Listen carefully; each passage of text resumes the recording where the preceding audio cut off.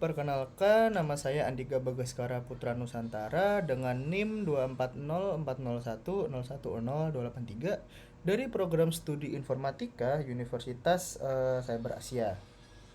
Nah, di sini video ini saya buat dalam rangka untuk mengerjakan ujian akhir semester mata kuliah Data Science pada semester genap 2025-2026. Pada video kali ini saya akan mempresentasikan rangkuman materi perkuliahan Data Science dari sesi 9 sampai dengan sesi 15 yang mencakup 7 topik besar, yaitu manajemen data, asosiasi dan korelasi, analisis regresi, klasifikasi, clustering, dan juga big data.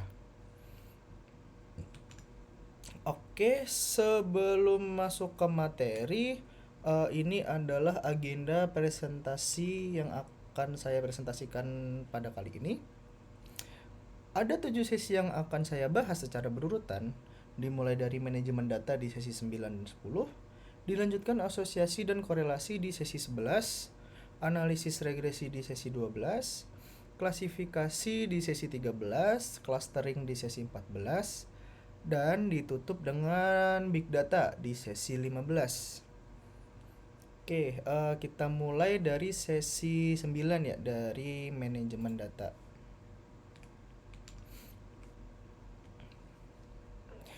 Manajemen data itu adalah proses merencanakan, mengolah, menyimpan, mengatur, dan memelihara data yang dimiliki suatu institusi. Kenapa ini penting?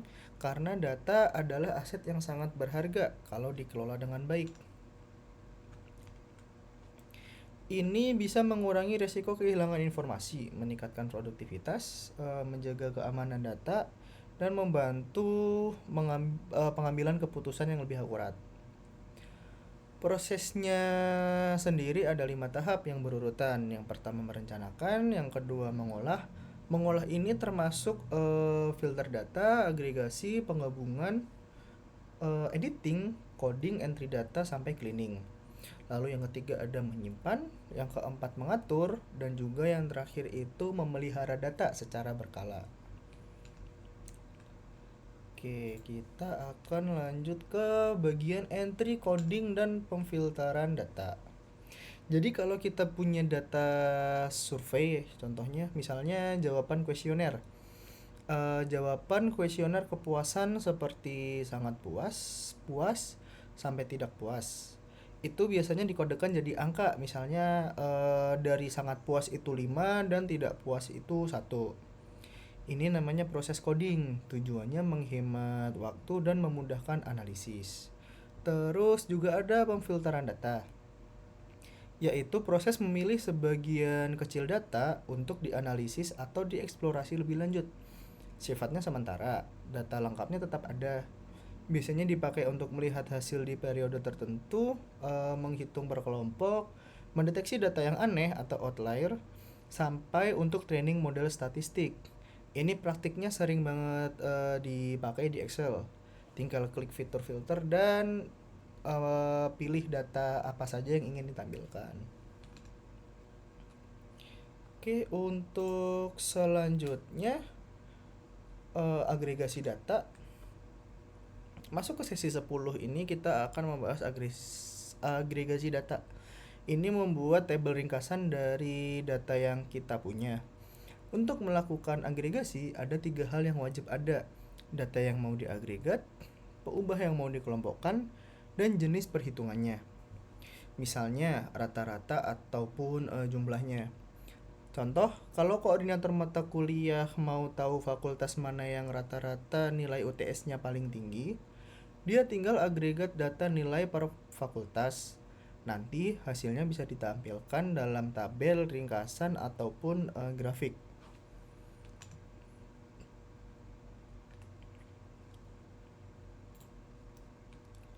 Oke, lanjut ke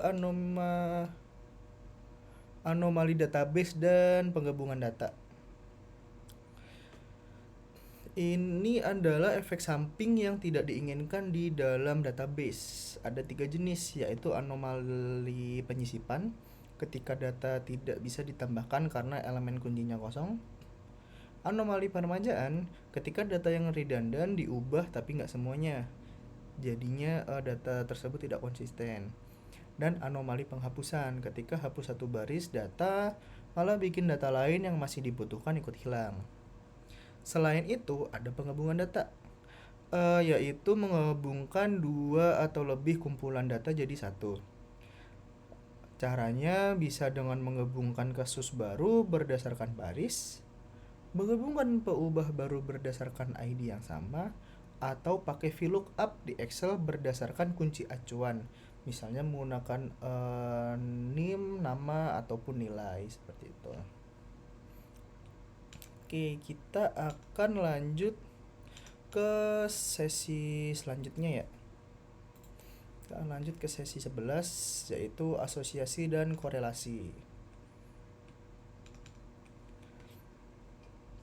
Kalau kita punya dua peubah numerik dan mau lihat hubungannya, kita bisa pakai scatter plot, diagram titik yang mewakili pasangan nilai X dan Y. Dari situ kita bisa lihat apakah hubungannya linear positif, negatif, atau bahkan nggak ada hubungan sama sekali. Untuk mengukur kekuatan dan arah hubungannya secara angka, kita pakai koefisien korelasi Pearson, disimbolkan dengan R, dengan rumus kovarian X dan Y dibagi akar dari perkalian varian X dan varian Y. Nilainya berkisar dari minus 1 sampai 1. Semakin dekat angka dengan 1 atau min 1, hubungannya semakin kuat. ADI juga kategorinya 0,8 sampai 1. Itu sangat kuat. 0,6 sampai 0,79 kuat, dan seterusnya sampai yang paling lemah di bawah 0,2.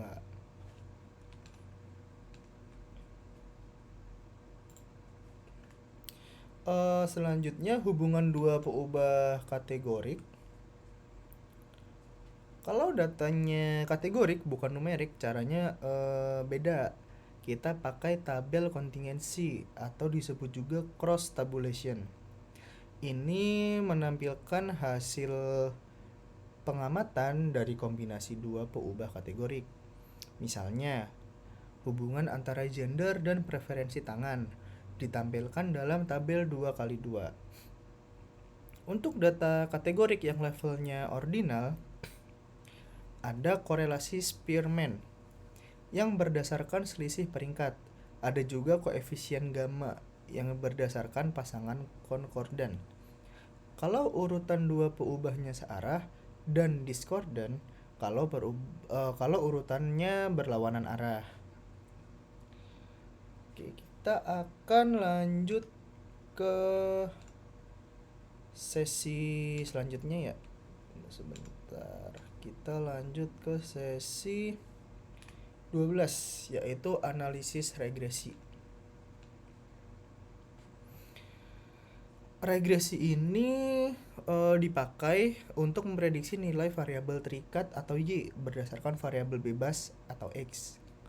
Model regresi linear linear sederhana itu persamaannya Y sama dengan B0 ditambah B1 dikali X. Nah, B0 dan B1 ini dicari pakai metode least square, yaitu meminimalkan jumlah kuadrat selisih antara nilai aktual dan nilai prediksi. Supaya hasil regresinya valid secara statistik, ada beberapa asumsi yang harus dipenuhi. Hubungan X dan Y harus linear, errornya harus bebas dari X, errornya harus punya rata-rata 0 dengan varian konstan, dan antar error tidak boleh saling berkorelasi.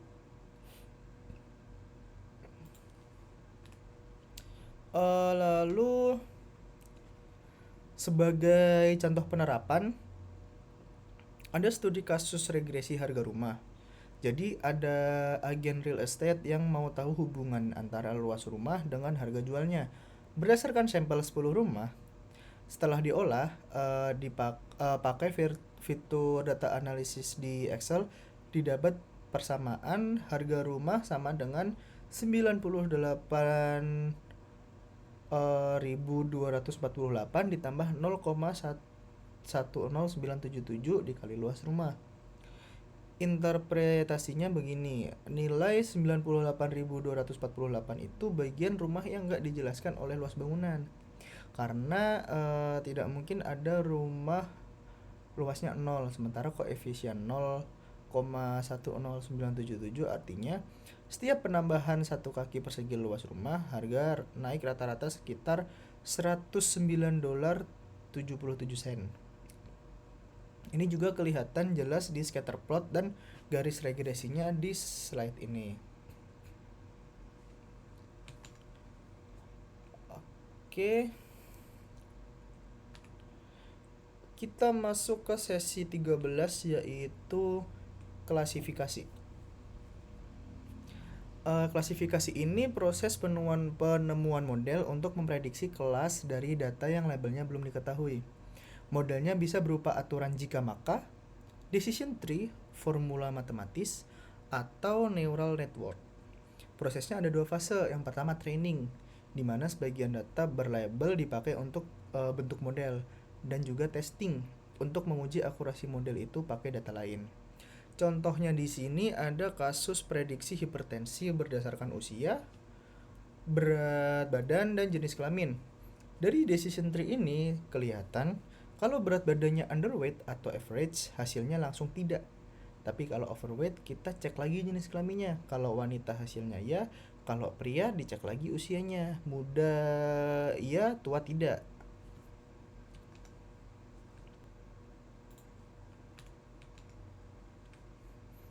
Nah, gimana cara nentuin atribut mana yang jadi mode duluan, jadi node duluan di decision tree?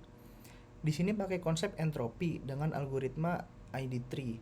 Entropi itu ukuran seberapa campur suatu data. Semakin kecil entropinya, semakin baik atribut itu buat misahin kelas data. Langkah-langkah ID3-nya, pertama, hitung entropi tiap atribut. Lalu pilih yang entropinya paling kecil buat jadi node. Ulangi terus di tiap subset data sampai leaf node-nya murni. Baru terakhir diubah jadi rule jika maka. Di contoh kasus hipertensi tadi, atribut jenis kelamin punya entropi paling kecil yaitu 0,41. Makanya dipilih duluan. Dan kalau diuji ke data training, akurasi modelnya itu 87,5%, cuma 1 dari 8 data yang salah prediksi. Oke, untuk selanjutnya kita akan masuk ke sesi 14 yaitu clustering. Bedanya sama klasifikasi itu, clustering ini kerja di data yang tidak punya label. Makanya disebut unsupervised. Kalau klasifikasi diukur pakai error ratio, clustering diukur pakai variance. Clustering sendiri punya beberapa karakteristik. Yang pertama partitioning, di mana tiap data harus masuk ke satu cluster tertentu. Contohnya k-means. Lalu ada hierarchical, di mana data yang udah masuk cluster tidak bisa dipindah lagi. Lalu ada overlapping, di mana satu data bisa punya keanggotaan di beberapa cluster sekaligus. Contohnya fuzzy C-means. Dan ada hybrid, yaitu gabungan dari ketiganya. Oke, selanjutnya algoritma k-means itu paling populer. Caranya pertama tentukan jumlah cluster k, terus tentukan centroid awal secara acak. Habis itu hitung jarak tiap data ke tiap centroid. Kelompokkan data ke centroid terdekat, hitung ulang centroid barunya, dan ulangi terus sampai tidak ada lagi data yang pindah cluster. Kekurangannya, k-means ini sangat bergantung sama pemilihan centroid awal dan cuma bisa dipakai untuk data numerik. Selain itu ada hierarchical clustering yang arahnya bisa divisive, dari satu cluster besar dipecah jadi beberapa, atau aglomeratif, dari banyak cluster kecil digabung jadi sedikit. Cara ukur jaraknya juga macam-macam. Ada single linkage, complete linkage, average linkage, dan centroid linkage. Oke, untuk yang terakhir, sesi terakhir yaitu sesi 15, ada big data. Big data itu istilah untuk data yang saking besar dan kompleksnya nggak bisa dikelola pakai software database biasa. Makanya butuh teknologi tambahan seperti NoSQL. Karakteristik big data ini dikenal dengan 5V. Volume, ukurannya sangat besar bisa sampai miliaran terabyte. Lalu velocity, kecepatan kemunculan datanya tinggi banget. Ada variety, variasi jenis datanya banyak, kebanyakan malah data yang unstructured. Lalu ada value, nilai atau manfaat yang dihasilkan, dan veracity, soal kebenaran dan akurasi informasinya yang kadang susah dipastikan. Sebagai gambaran, di tahun 2011 saja Twitter itu menghasilkan sekitar 7 terabyte data per hari ya kalau nggak salah. Dan Facebook sekitar 10 terabyte per hari.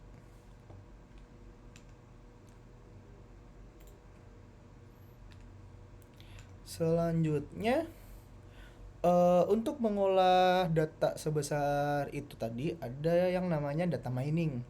Disiplin ilmu untuk mengekstrak pengetahuan dari data besar. Metodenya ada 5: estimation, prediction, classification, clustering, dan association. Salah satu framework yang terkenal untuk proses big data ini namanya Hadoop. Framework open source dari Apache dikembangkan sejak 2007 yang bisa memproses data besar di banyak klaster komputer sekaligus. Selain itu, ada tools analitik dan business intelligence yang sering dipakai. Contohnya RapidMiner buat persiapan data dan pemodelan statistik, dan ada ClickView untuk analisis big data yang lebih interaktif dan fleksibel.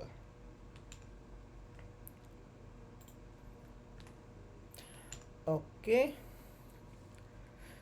sebagai penutup, saya mau rangkum keterkaitan dari semua materi yang sudah saya bahas sebelumnya. Jadi, ketujuh sesi ini itu sebenarnya membentuk satu alur kerja data science yang utuh, dimulai dari manajemen data, di mana itu jadi fondasinya. Data harus bersih dan terkelola dulu sebelum bisa dianalisis. Lalu lanjut ke sesi 11 dan 12, kita eksplorasi hubungan antar data pakai korelasi dan regresi. Lanjut ke sesi 13 dan 14, kita masuk ke pemodelan prediktif, klasifikasi untuk data berlabel, clustering untuk data tanpa label. Dan terakhir di sesi 15, semua konsep itu diterapkan dalam skala yang jauh lebih besar lewat big data. Jadi bisa dibilang ini satu siklus yang saling berhubungan, dari data mentah sampai jadi pengetahuan yang bisa dipakai untuk pengambilan keputusan di dunia nyata.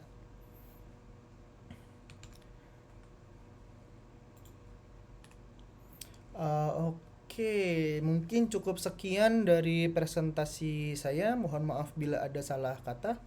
Terima kasih.